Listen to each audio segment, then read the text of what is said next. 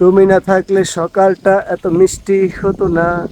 ভুল পথে এসেছি আমরা দুজনে, এখনই যাব পথ হারিয়ে। পথ খুঁজতে হবে এখন গুগল ম্যাপে। আসসালামু আলাইকুম এভরিওয়ান, কেমন আছেন সবাই? আশা করি সকলেই ভালো আছেন, আমিও ভালো আছি। আর আজকে কিন্তু অনেকদিন পরে বের হয়ে পড়লাম শখের সাইকেলকে নিয়ে। সাথে আছে সায়েম। সায়েম কিন্তু নতুন সাইকেল কিনছে, যার কারণে কিন্তু এই সাইকেলের উদ্বোধনী রাইড বলা চলে এটা আর কি। এই কারণেই সপ্তাহের মাঝখান দিয়ে কিন্তু বের হয়ে পড়লাম। তো গন্তব্য কোথায় তা জানি না, তবে ইচ্ছা আছে মুন্সিগঞ্জের ভিতরে ঢুকার। আমাদের জুরাইন বিক্রমপুর প্লাজা, নিচে অর্ধেক রাখে হচ্ছে ফুটপাত দখল কইরা, অর্ধেক রাখে সিএনজি আলার আর রিক্সাওয়ালারা দখল কইরা। এই হচ্ছে আমাদের জুরাইনের অবস্থা বর্তমানে। সকালের শুরুতে বের হতে পারিনি বলেই এখন কিন্তু রোদের একটা প্যারা নিতে হবে।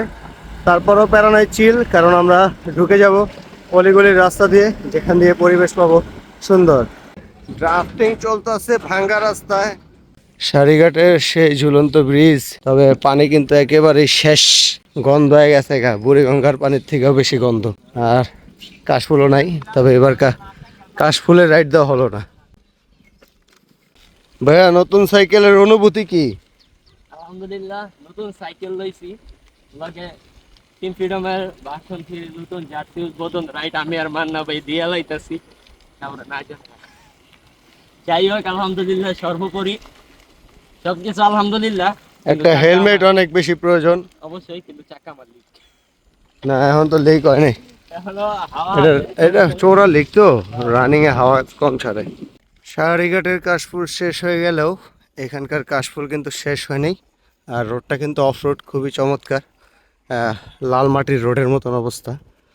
আর কাশফুলগুলোর অবস্থা কিন্তু খুবই বাজে, কারণ শেষ পর্যায়ে, তাই কাশফুলগুলোর অবস্থা একটু খারাপ। তবে আছে, দেখলাম কি দারুণ এবং চমৎকার একটা রুট। পাশ দিয়ে হচ্ছে নদী, আর এই পাশ দিয়ে একটা রাস্তা, মনে হচ্ছে যেমন বেরিবাদের রাস্তা। খুবই চমৎকার। আমরা বিকালবেলা আসি, অনেক ভালো লাগে। আজ আসলাম সকালবেলা। ও, অবশ্যই সকালবেলা বেশি ভালো লাগার কথা।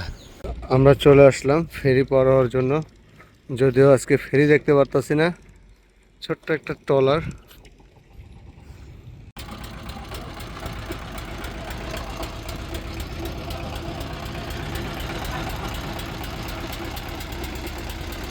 চলে আসলাম নাস্তা খাওয়ার জন্য, আর আজকের নাস্তার ট্রিটটা কিন্তু সাইম দিচ্ছে। সারি সারি ধান ক্ষেত, আর এইখান দিয়ে রাস্তা। আমরা চলে যাচ্ছি নদীর পাড়ে। আর এই রাস্তাটা কিন্তু সবাই চিনে, সবাই জানে, পদ্মাহেম যাওয়ার পথে পড়ে। এই রাস্তাটা এক এক সময়ে এক এক রকমের রূপ নেয়, এক এক ঋতুতে এক এক রকমের পরিবর্তন আসে এই রাস্তাটায়। দেখতে খুবই চমৎকার।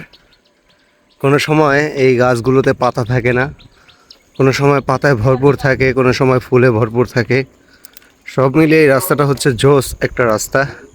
এই গাছগুলোতেই পাতা ঝরে যায়, আবার সবুজ পাতা আসে, আবার ফুল আসে, আবার এখানে ধান ক্ষেত, আবার হয় সরিষা ক্ষেত। এক এক ঋতুতে এক এক রকম লাগে এই রাস্তাটাকে। এই রুবায়েত ভাই, মনে পড়ে এই রাস্তাটা? তখন মোবারক ছিল, আর এখন নাই। সবাই মোবারকের জন্য দোয়া করবেন। এখানে আমরা অনেক আগে আসছিলাম, যখন এই রাস্তাটা হয় নাই, ভালো ছিল। তখন এখানে এসে আমরা এনজয় করছিলাম। রুবায়েত ভাই বলছিল যে বালু হোক আর যেটাই হোক, এই রাস্তাতেই যাব, রাস্তা আমরা আবিষ্কার করব। আর এখন এই রাস্তাটা পাকা হওয়ার পরে বিকালবেলা এত মানুষ আসে যে বিকালবেলা এখানে আসার অযোগ্য হয়ে গেছে গা, আর আসাও হয় না। তো অনেকদিন পরে আজকে সকালবেলা বের হলাম, চিন্তা করলাম যে বিকালে যেহেতু এখানে জায়গা পাই না, চান্স পাই না, তাই সকালবেলা একটু ঘুরে যাই। তো ঘুরতে এসে এই মোবারকের স্মৃতি কিন্তু মনে পড়ে গেল। মোবারকের জন্য দোয়া রইল, আপনারাও দোয়া করবেন। এখন একটু নদীর পাড়ে বসবো।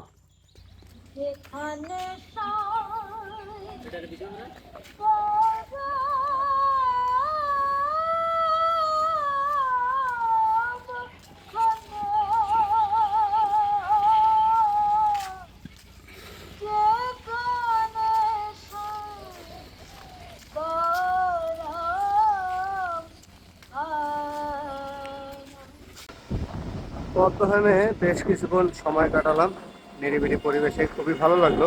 আর একজন কাকা কিন্তু আমাদেরকে বৃহস্পতিবারে দাওয়াত দিয়ে দিল, কারণ বৃহস্পতিবার পদ্মহামে হবে মেলা, তাই দাওয়াত দিল, বললো তোমরা আসো, দেখে যাও, ভালো লাগবে। তা আমি আবার বললাম যে আমি তো কুষ্টিয়া থেকে আসছি, তবে দেখি ইনশাল্লাহ আসার চেষ্টা করবো। আবার আমাদের একটা রাইড আছে মাওয়াতে। আর এই মুহূর্তে আমরা দুজন কিন্তু বাড়ির উদ্দেশ্যে রওনা দিয়ে দিলাম। অলরেডি ঘড়িতে 10টা বাজে, দেখি যেতে কতক্ষণ লাগে, মাত্র 13 কিলোমিটার রাস্তা। পথ ভুল করে চলে আসছি এই পথে এখন। আর এখানে কোনো রাস্তা নেই, ঠিক আছে, এখানটা একটা গলি আছে, কিন্তু কোথায় গেছে জানি না। তো এই মুহূর্তে আমার একটা গানই মনে পড়তেছে, ভুল পথে এসেছি আমরা দুজনে, এখনই যাব পথ হারিয়ে। পথ খুঁজতে হবে এখন গুগল ম্যাপে, পথ খুঁজে পাইনি তাই ফিরেছি আবারও সেম ব্যাক রুটে। এখন দেখা হবে বাসায় যায়, এখন দেখা হবে বাসায় যায়। তারপর আর কি ব্যাক রুটে আসলাম। ব্যাক রুটে আসার পরে আমরা আমাদের রাস্তাটা খুঁজে পেয়েছি। এখন গান হচ্ছে, রোড খুঁজে পেয়েছি প্যাডেলে দিব জোর, সময় মতন বাসায় যাব চলে, ও সময় মতন বাসায় যাব চলে। পরে আর আমাদের আম্মু দিবে বকে, পরে আমাদের আম্মু দিবে বকে। না, তোমার বাচ্চা মানুষ, তোমার আম্মু বকবো কারণ হেলমেট ছাড়া রাইড করছো, আমার কিছু করবো না। ধলেশ্বরী হানাফিয়া জামে মসজিদ, কেরানীগঞ্জ, খুবই চমৎকার এবং খুব সুন্দর, মাশাআল্লাহ, চমৎকার একটা মসজিদ।